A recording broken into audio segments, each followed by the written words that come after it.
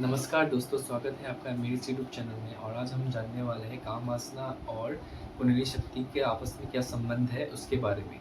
तो अगर ये वीडियो आपको अच्छा लगा तो कृपया लाइक और शेयर कीजिएगा इस वीडियो को, और सब्सक्राइब कीजिएगा मेरे चैनल को अगर आप नए हैं, ताकि मैं मोटिवेटेड फील करूँ और आगे से आगे नया नया वीडियो दमदार रिसर्च के साथ और जो मेरा एक्सपीरियंस है अब तक का उसके साथ आपके लिए दमदार वीडियोज़ लाता रहूँ। तो चलिए बिना देर के हुए वीडियो को स्टार्ट करते हैं। तो सबसे पहले हम जानते हैं कि काम वासना होती क्या है। काम वासना है कि जो हमारी सृजनात्मक शक्ति जो भगवान ने दिए हैं हमें मूलाधार चक्र में, वही काम वासना होता है। उससे एक नया जीवन का उत्पत्ति होता है, एक नया जीवन, एक नया व्यक्ति बनता है उससे, काम वासना से। क्योंकि जब हम काम वासना में लिग्न होते हैं और जब संबंध बनाते हैं तो हम नया एक कोई इंसान को जन्म देते हैं। उस ऊर्जा से कोई नया इंसान जन्म होता है। तो कितनी पोटेंट एनर्जी है ये, कितनी सृजनात्मक एनर्जी है। तो वही हमारे बेस में जब होती है तो हम इस संसार में लगे रहते हैं। हम संसार के बाधाओं में लगे रहते हैं, पर वो जब ऊपर चढ़ती है और हमारे सहस्रार तक पहुँचती है तो हम कहते हैं कि हमारी कुंडलिनी जागृत हो गई है सहस्रार तक।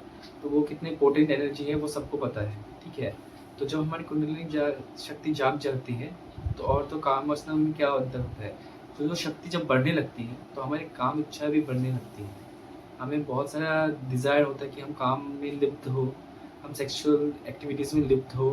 तो जब ऊर्जा दायरा जब बढ़ती रहती है, जब मूलाधार से ऊपर स्वादिष्ठान, ये दोनों चक्र में हमारा सेक्सुअल एक्टिविटीज़ कंट्रोल होता है ना, वो जब बढ़ती रहती है तो हमारी काम इच्छा भी बहुत बढ़ती रहती है। तो बहुत सारे तंत्र के ग्रंथों में और योगा के स्क्रिप्चर में कहा गया है कि काम ही ब्रह्म है और उसमें संलिप्त होना ही उसकी रुकावट का कारण बनता है।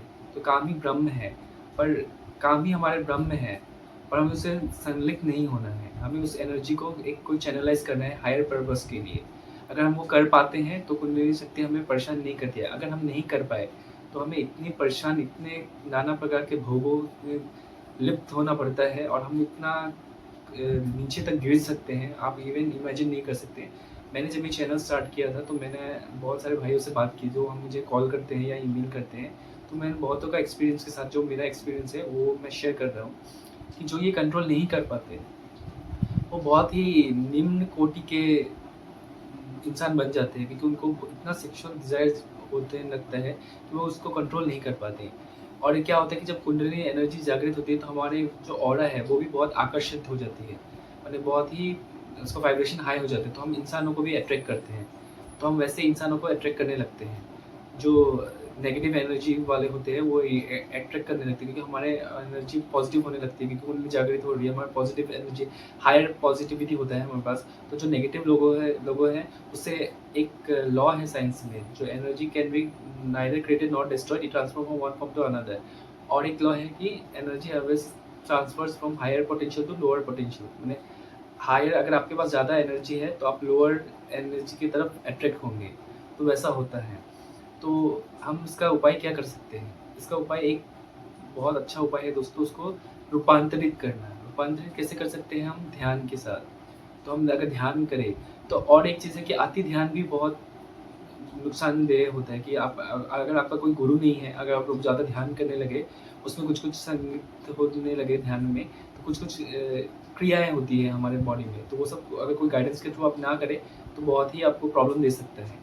तो अति ध्यान में भी संलिप्त नहीं होना है। सबसे पहले तो मैं बोलूँगा, अगर आपका मेरा जैसे एक्सीडेंटल कुंडली अवेकनिंग हुआ था, या बहुतों का, जितने भाइयों से मैंने बात किया, बहुतों का एक्सीडेंटल कुंडली अवेकनिंग हुआ है। अगर आपको कोई ज़रूरत नहीं है तो आप अपनी कुंडली कभी ना खोलें, क्योंकि ये अगर आपका गुरु नहीं हुआ, ये एक दिन का चीज़ नहीं है, ये लाइफ लॉन्ग आपके साथ रहेगा। अगर आपका कोई गुरु नहीं हुआ, अगर आप सही पाथ पे नहीं है, तो ये आपको डिस्ट्रॉय भी कर सकते हैं। इसलिए जब आपकी कोई गुरु नहीं है तो आप कुंडली अवेकनिंग कभी ना करें।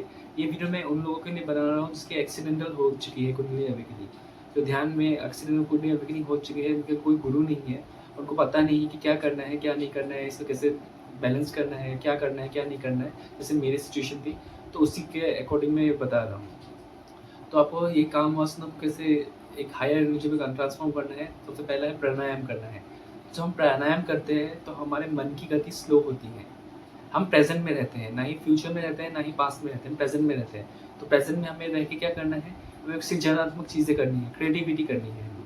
कोई भी क्रिएटिव चीज़ें आप कर सकते हैं, जैसे क्रिएटिव चीज़ हुआ, गार्डनिंग कर सकते हैं आप। जैसे खाना बनाना एक है, वो भी क्रिएटिव चीज़ है। कोई क्रिएटिव चीज़ करें, यानी उस एनर्जी को कोई भी क्रिएटिव चीज़ करें दोस्तों, कोई भी क्रिएटिव चीज़ करें जिससे ये क्रिएटिव एनर्जी यूटिलाइज़ हो, माने इसको इस्तेमाल हो। अगर ये इस्तेमाल नहीं हुआ, तो ये आपको नाना प्रकार के भोगों में लिप्त कर सकता है। और अगर लिप्त कर दिया और आप इसके आदी हो गए, तो आपको एडिक्शन हो जाएगा। जैसे मैं बहुत सारे दोस्तों ने मुझे बताया है कॉल करके, जैसे उनको हो चुका है, तो उनका एडिक्शन हो जाएगा आपको, क्योंकि ये एक डोपामाइन रिलेटेड होता है। जैसे डोपामाइन रिलेटेड होता है, जैसे आपने कोई एक्टिविटी किया, तो आपको बहुत अच्छा लगा। जैसे जो हम काम वासना में लिप्त होते हैं, तो काम वासना जब उच्च जो हो जाती है, खत्म हो जाती है, तो हमारे ब्रेन में डोपामाइन रिलीज़ होता है। अगर हम लिप्त हो गए काम वासना में, संबंध बनाने में लिप्त हो गए, तो लिप्त होने के जैसे खत्म होता है काम वासना की एक्टिविटी, तो हमारे ब्रेन में डोपामाइन रिलीज़ होता है। तो वो डोपामाइन रिलीज़ होने की वजह से हमें उसकी आदत लग जाती है। तो आपको एडिक्शन भी हो सकता है। इसलिए क्या करना है, अगर आपकी एक्सीडेंटल कुंडली अवेकनिंग हो चुकी है, तो आपको बहुत ही सृजनात्मक बनना है। और बहुत सारे एग्ज़ाम्पल हैं इंडिया में जिन्होंने अपनी सेक्सुअल एनर्जी को हायर पर्पस के लिए ट्रांसफ़ॉर्म करके बहुत बड़े-बड़े चीज़ किए हैं। जिन्होंने शादी नहीं की, पर लाइफ़ में बहुत बड़े-बड़े चीज़ की, जैसे रतन टाटा जी हैं, उन्होंने लाइफ़ में बहुत बड़ी-बड़ी चीज़ रखी है। सबसे पहला बात है कि अगर आपको अगर गुरु नहीं है या आपको गाइडेंस नहीं है, तो आप कुंडली अवेकनिंग कभी ना करें। और आजकल तो गुरु भी, जो जितने भी गुरु हैं, मैंने जिन बहुत दोस्तों से बात किया है, तो आजकल के गुरु भी ऐसे हैं कि वो कुंडली अवेकनिंग करवा देते हैं, पर उसके बाद जो बहुत सारी प्रॉब्लम्स होती है, तो उनका वो टेक केयर नहीं करते। वो उनका उनके साधकों को नहीं बताते कैसे क्या करना है, कैसे नहीं करना है। इसलिए अगर आपको कोई प्रॉपर गाइडेंस नहीं है, तो आप ना करें। अगर आपकी एक्सीडेंटल कुंडली अवेकनिंग हो चुकी है, तो मैं उन लोगों के लिए बता रहा हूँ कि अगर आपको बहुत सारा सेक्सुअल डिज़ायर्स है, बहुत काम वासना बहुत परेशान करे, तो आप क्रिएटिविटी चीज़ों में लग जाए, क्रिएटिव चीज़ों में लग जाए। जैसे ड्राइंग हो गया, पेंटिंग हो गया। और एक चीज़ है कि आप एक्सरसाइज़ करें। एक्सरसाइज़ करें या योगा करें। योगा करें, एक्सरसाइज़ करें, जिससे आप थकेंगे तो आपकी एनर्जी भी कम होगी। और दूसरा चीज़ है क्या कि आप सकारात्मक सोच लगे। अगर आप सोचेंगे कि आप कंट्रोल कर लेंगे, आप काम वासना में लिप्त नहीं होंगे और दिन भर उसके बारे में सोचते रहेंगे, तो वो भी नहीं ठीक है, क्योंकि वो आपको इनसेन भी कर सकते हैं। इसलिए आप अपने विचारों को शुद्ध रखें। विचारों को शुद्ध रखें और कोई चीज़ में एक्टिविटी में लिप्त हो जाए, माने क्रिएटिव एक्टिविटी में लिप्त हो जाए, या तो कोई काम में लिप्त हो। और हो सके तो अगर कुंडलिनी अवेकनिंग अगर ज़्यादा परेशान कर रही है आपको, आपको चैन एनर्जी बैलेंस नहीं हो पा रहा है, तो बैलेंसिंग एक्टिविटी भी करें। जैसे ध्यान करें, हल्का-सा ध्यान करें, ज़्यादा ध्यान भी करेंगे तो वो एनर्जी और हाई होगी। तो आप जो भी कर रहे हैं उसमें माइंडफुल रहें, मतलब जो कर रहे हैं उसमें माइंडफुल रहें, वो भी एक तरह का ध्यान ही है। तो जितना आप काम में लिप्त रहेंगे, जितना अपने दिनचर्या में लिप्त रहेंगे और जितना भी क्रिएटिव काम करेंगे, उससे ये एनर्जी आपको परेशान नहीं करेगी।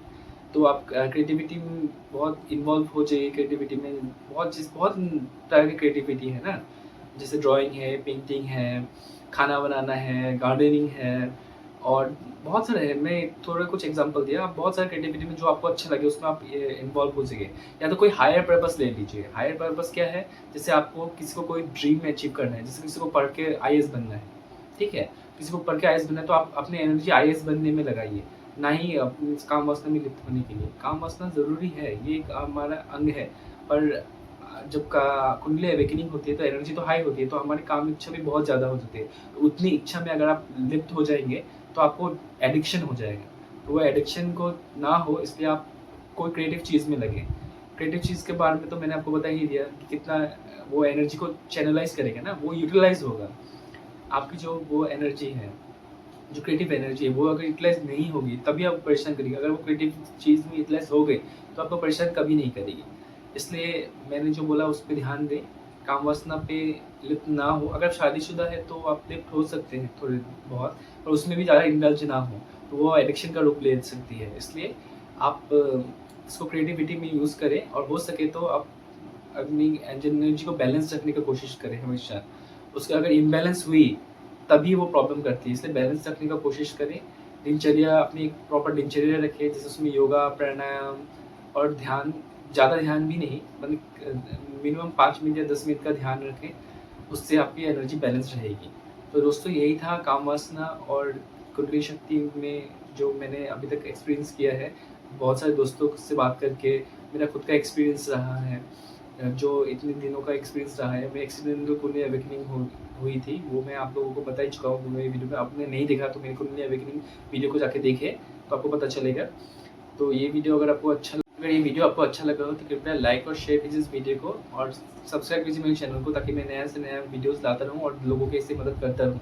जिन भाइयों का ऐसा एक्सीडेंटल कुंडली अवेकनिंग हुआ है, उनके पास कोई गुरु नहीं है और वो नहीं जानते कि क्या करना है, क्या नहीं करना है, या कैसे इसको बैलेंस करना है। तो ऐसे मैं आप लोगों को नए-नए टॉपिक्स के साथ आता रहूँ और आपको स्पिरिचुअलिटी में कैसे आगे बढ़ना है, उसके बहुत सारी चीज़ बता सकूँ। जैसे कैसे शांति प्राप्त करनी है, बहुत सारी चीज़ें तो मैं रिसर्च के साथ ला दूँगा और आप लोगों को बेनिफिशियल होगा।